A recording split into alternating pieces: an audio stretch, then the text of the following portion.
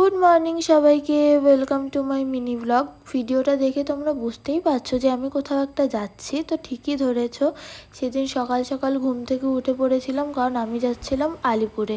বেশি লেট করিনি বেরোতে, কারণ ওয়েদারটা ছিল খুবই খারাপ। বাসে উঠে পড়েছিলাম আর দেখতেই পাচ্ছ যে বৃষ্টি হচ্ছে। তো বেশিক্ষণ লাগেনি, আলিপুরে পৌঁছে গেছিলাম। আর গিয়ে দেখলাম আলিপুরের ওয়েদারটা এতটাও খারাপ না। তারপর বাড়িতে যাওয়ার আগে ভাবলাম সবার জন্য একটু ফুচকা নিয়ে যাই। তো আমি ফুচকা নিচ্ছিলাম। ওই বাড়িতে সবাই আমার মতনই বাইরের খাবার খেতে খুবই পছন্দ করে। আর এই যে আমি পৌঁছে গেছি। তো ওখানে সবার ফুচকা খাওয়ার ক্লিপটা আমি নিতে পারিনি, কারণ এতদিন পর সবার সাথে দেখা হচ্ছে, গল্প করতে করতে ক্লিপই নিতে ভুলে গেছি। তারপর স্নান খাওয়া দাওয়া করে আমি একটু ঘুমিয়েছিলাম। ঘুম থেকে উঠে দেখি পুরো বাড়ি ভর্তি হয়ে গেছে লোকজনে, কারণ ওখানে ছিল একটা অনুষ্ঠান। আর এখানে আমি পুচকিদের সাথে খেলছিলাম। পরে দাদা দেখলাম ডিআরএমের চপ নিয়ে এসেছিলো, সেটা খেলাম। আর এখানকার চপটা আমার খুবই পছন্দের। আর এই যে পেখমবুড়ি খাচ্ছে, আর এই যে আমিও খেয়ে নিচ্ছিলাম। তারপর একটু বেরিয়েছিলাম দাদার সাথে, কারণ ওয়েদারটা খুবই সুন্দর ছিল।